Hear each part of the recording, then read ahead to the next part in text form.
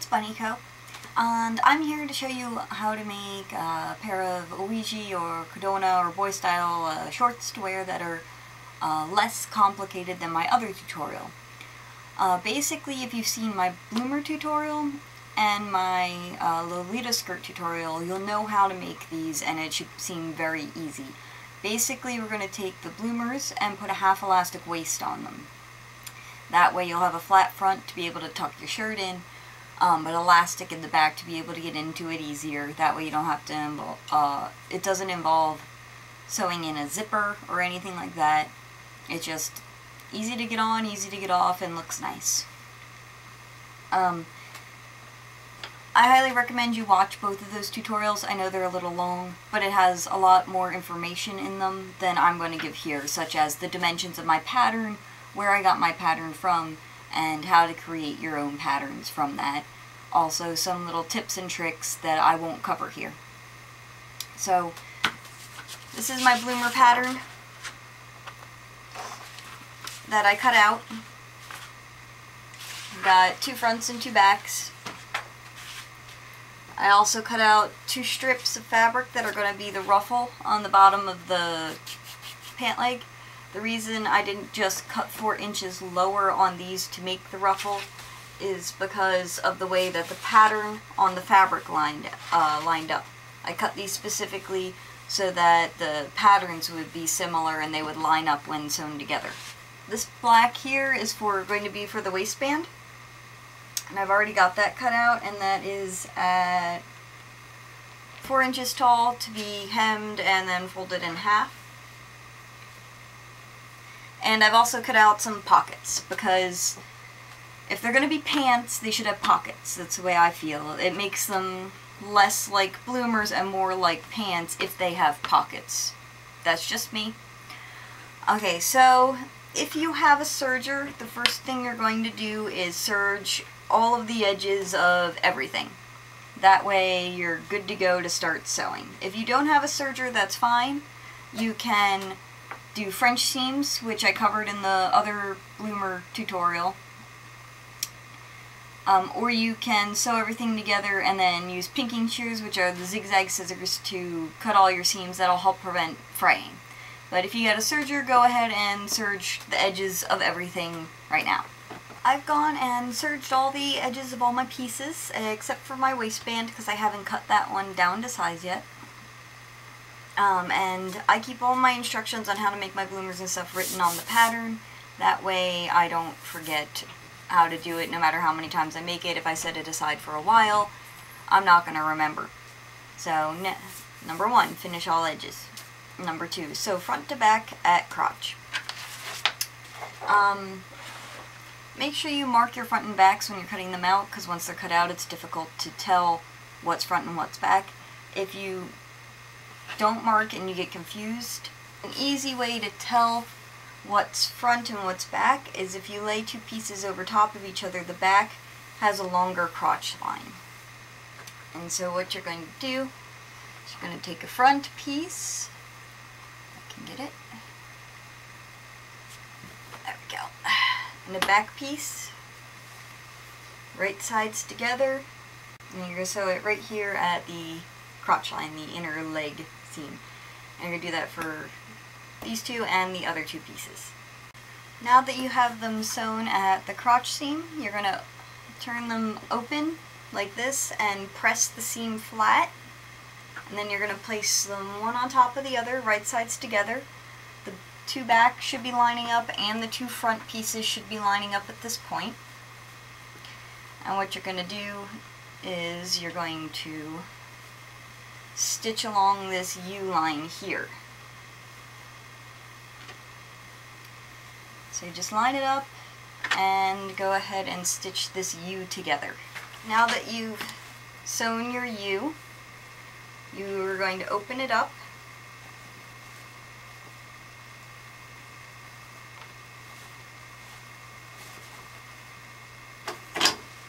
and then take and fold it over. So now the front and the back are facing each other like a very, very large pair of shorts. And now this is where you put the pockets in. My pocket pattern piece is based off of a pocket from a McCall's pattern. I believe I mentioned it in the bloomer tutorial, which pattern piece it was, and the dimensions of this and whatnot, but this is just a modified version of that I keep around to make pockets of. And what you do is you have your front and your back. You take one pocket, right sides together on each side. So you'll put one on here and one on here, and same for the other sides, and just stitch it straight down the edge on all sides. Make sure you're lined up on the top of the bloomers and not the bottom. Now that you have your pockets sewn in, go ahead and fold them out and press them so that they are flat and sticking out, so it looks like you have little ears sticking off your bloomers, or your giant shorts as they are now. And what you're going to do is line up your tops and bottoms and pin. And this is where you're going to create the hand hole for your pocket. I have little marks on mine about, I don't know, it looks like about-ish 2 inches from either side. And what you'll do is you'll pin and sew up to that mark on both sides. So you'll sew to here, and then you'll sew to here. And then you'll also sew the entirety of this pocket around from here to here, so that it closes that off. And then you'll basically, instead of sewing a straight line down the edge to sew it closed, you're going to leave a small gap for you to put your hand in. Sometimes it's difficult to line it up so that you know that both pieces of this aren't offset. And what I like to do is I like to just slowly work it down like this with my fingers, so I know that where I'm placing my fingers is where the pattern is lining up. When I pin where I'm supposed to stop, I always place the pin in the opposite direction of the others, so I know that's my stopping point. It's a nice visual cue for myself. If you're good at just knowing where you put the last pin, then by all means pin it however you want, or don't even bother pinning, just go ahead and sew. But for me, it's a nice visual cue while I'm sewing, so that if I get in the groove, it's a nice thing to snap me out of it and say, this is where I need to stop. I'm going to show you what I mean by my stitch line. You can see this line here comes down to there, and then how the entire edge of the pocket has been sewn, and then this line comes up and then stops there, and you have, this is the line that stitched the pocket on, but you have a gap between here, and that's where you put your hand in. And if you open it up, turn it to the right side, you'll see that's exactly what you get. Now it's time to stitch on your ruffle. This is a good experience, so if you're doing a contrast ruffle, or if you're like me and you wanted to have the pattern line up, you have a separate ruffle. Now, what you can do is you can just stitch these together, fold them out, sew in the bias tape and thread elastic through that, or you can use this to create the channel. And what you do is you're going to fold this in and then put it over top of the ruffle here, pin it so that you have a channel wide enough for your elastic, and then top stitch this to the ruffle and stitch this to the pants, and then create a channel that way. Whichever way works easiest for you. Now it's time to attach your ruffle. If you extended the 4 inches like in our bloomer tutorial, you just would pick a place to sew on your bias tape and thread elastic through. If you want a contrast ruffle, or if you're like me and had a pattern that you had to consider, you can sew the ruffle on. You can avoid using the bias tape by creating a channel with the 2 fabrics. Basically, when you sew them, you put one like this, the other like this, stitch top and bottom, and you'll create a channel that way. you just fold this over, iron, and fold this under and iron so that it hides the seams. What I think I'm going to do is sew the two together and then iron the seam flat and then sew the bias tape over the seam, as that's the easiest for me to do it. So I'm going to go ahead and stitch my ruffle onto my pants.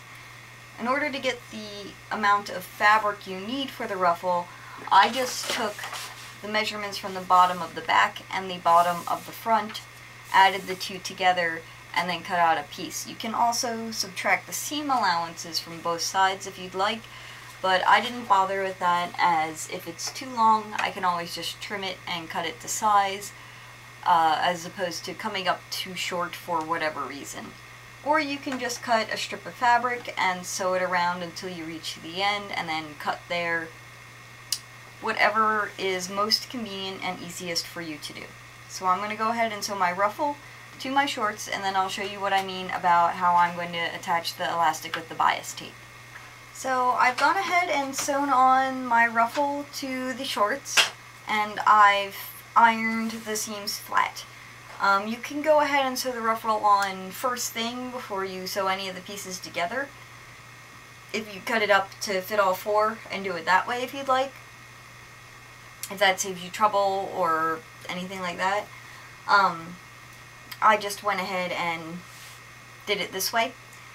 And what I'm going to do now is I'm going to take my double fold bias tape and I'm going to iron it flat open. And I'm going to go ahead and stitch it down right on top of my seams. And I'm going to leave a small gap at the crotch area where I can thread the elastic. Alright, as you can see, I went ahead and stitched my bias tape onto the open seam there, and I left a gap so that you can go ahead and thread your elastic in through that. And the reason you leave the gap at the crotch is because sometimes it'll pucker a little weird because it's not stitched down or being held down by a casing. And if it's going to do that, you want it in an area where nobody's going to see it. You can run your bias tape right up to one another, like butt it right up against to it if you'd like. It'll work just fine and you won't necessarily have a little gap, but something as small as this won't cause a problem, or at least I haven't experienced. And you just get a safety pin and pin it to your elastic and thread it through. To measure elastic, just wrap it around your thigh in the area where you will be wearing it, and trim it, run it through, and then stitch it together. So I've gone and I've put my elastic in the casing around the legs, and now it's time to do the waist. If you've seen my half elastic Lolita tutorial, this is pretty much the same. I'm just showing you a slightly different way to attach the waistband. So this is the back of my bloomers. I know this because I've marked them. This actually is a B here, and there is a B somewhere on this one, and an F over on this one on the inside. So this is the back, and this is the waistband. I just cut for the back. I just went and serged the edges. You don't need to do that for this at all. I just do it because I like everything finished. And what you're going to do is you're going to pin it down and stitch right along the top edge here. And then you're going to fold it up and press it. And I'll show you what we'll do after that. And this is for the elastic side, so this is the back piece. So go ahead and pin your waistband down and stitch it on. Just right sides together like this. I have the unstitched edge pressed in. You're going to want to do that. You can do it after you iron this on or before. I just have gone ahead and did it. I have it folded over about 1/4 of an inch, which is good. I wouldn't recommend doing too much less than that though.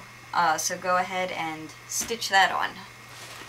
Okay, I've gone and I've stitched on the waistband and I've pressed it up so the whole seam is going upwards. And what we're going to do now is, if you haven't already, make sure you iron over that top edge here. We're going to fold this in half and pin it so that this part covers this part here. Iron it, pin it, and then on this side, on the front side, the right side, go ahead and stitch along this edge. And what's going to happen is we're going to try and sandwich this raw edge within the waistband. So instead of making the sandwich and then putting it on and then trying to stitch it and hoping you catch the back, we're stitching it on first, folding it over, and ironing it. I went and ironed it, and I've pinned the fold over, and that's the right side. And what we're going to do is we're going to go and stitch, and you can, there's a variety of ways you can do this. You can stitch on top, or you can stitch in the ditch if you want to hide your stitching, which is stitching right inside the seam. It's a longer process, but then you don't see the stitch line. It also gives you more space for your elastic, if that's an issue with you and however wide you made your waistband. So go ahead and run a base stitch along the bottom, and then we'll go ahead and insert our elastic into the back piece. Okay, I've gone and I've stitched the waistband down. I don't know if you can see the stitch line or not, but it's been stitched. Maybe if I do this. It's stitched down. And what I'm going to do is thread the elastic. I'm going to thread it in, stitch it right here inside, like thread it to here and then stitch down. Thread it all the way through and then stitch it here as well. And then we'll do the front part of the bloomer shorts. Remember, you want this piece of elastic to be half of whatever your waist measurement is, or your hips, depending on where you're going to wear it. If you're going to wear it on your hips, take a measuring tape, go around your hips. Whatever that half is what you want the unstretched elastic measurement to be. Alright, I've gone ahead and put my elastic in, and I stitched down right here to hold it in. And then now what you're going to do, you're going to stitch 2 long stitches, like set your machine to the longest stitch, and you're going to stitch 2 straight lines across the top. Do not back tack, so that you can gather this to the other half of your waist. So let's say your waist is 28. You would have had 14 inches of elastic, and you want to gather the front to 14 inches. So go ahead and do 2 very long stitches. Don't back tack, because what we're going to do is we're going to grab the bobbin thread and gather it. So I'm going to go ahead and do the 2 lines, and then I'll come back and we'll gather.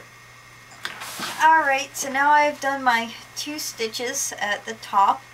What you're going to do is grab the bobbin threads.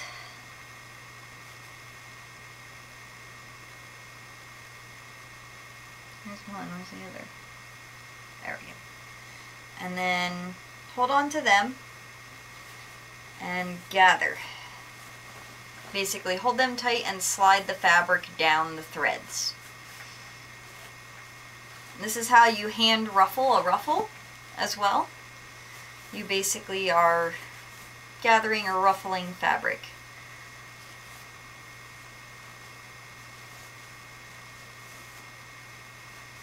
You can do it from the other side as well.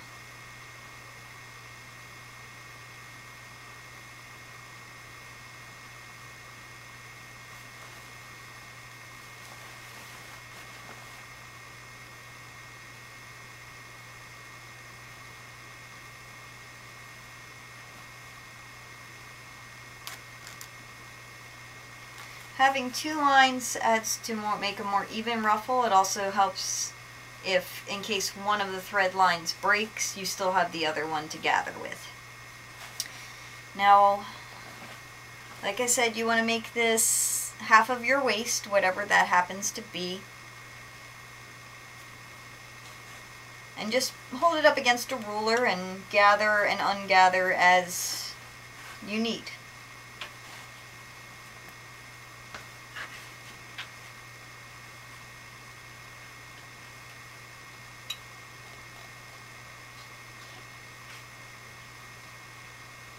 If you don't want to do a half elastic waist, you can do a full elastic waist.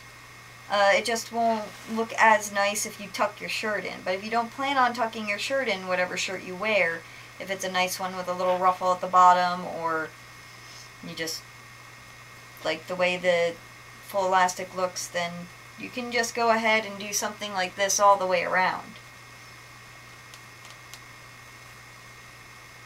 Alright, so I've gotten it to where I want it. And what I need to do is I need to cut my waistband to that length, plus seam allowance on either side. And we're going to do the exact same thing that we just did for this. The only difference is that you want to make sure you put interfacing on your waistband for the front, because it will help prevent it from wrinkling and help it stay flat. So go ahead, if you haven't already, cut your waistband to the correct size, put interfacing on it, serge the edges if you have a serger, and then we're going to go ahead and stitch it on, iron it up, fold over the edge, fold it in half, and create the waistband. And this is going to overlap these edges here. So I'm going to go ahead and get my waistband prepared and stitch it on. Alright, now that you've got your front on, you want to take a close look at your puckering and see if anything got stuck, like if a lower part like somehow got stuck up there, or if you can see the gathering line dip below the waistband, or if some of this part slipped down as in sticking out. You want to look for all of that and fix it if you have those problems. Now what we're going to do is the same thing that we did with the back. We're going to go ahead and fold this over. I'm going to fold this over and pin it, and then stitch on the front right across the front there. Alright, I'm all pinned up. I've got all my pins in there. And what we're going to do is on the front is we're going to stitch down and stitch these over top of the edge of the elastic one, and then stitch right across the front. And there we have it. A pair of half elastic waisted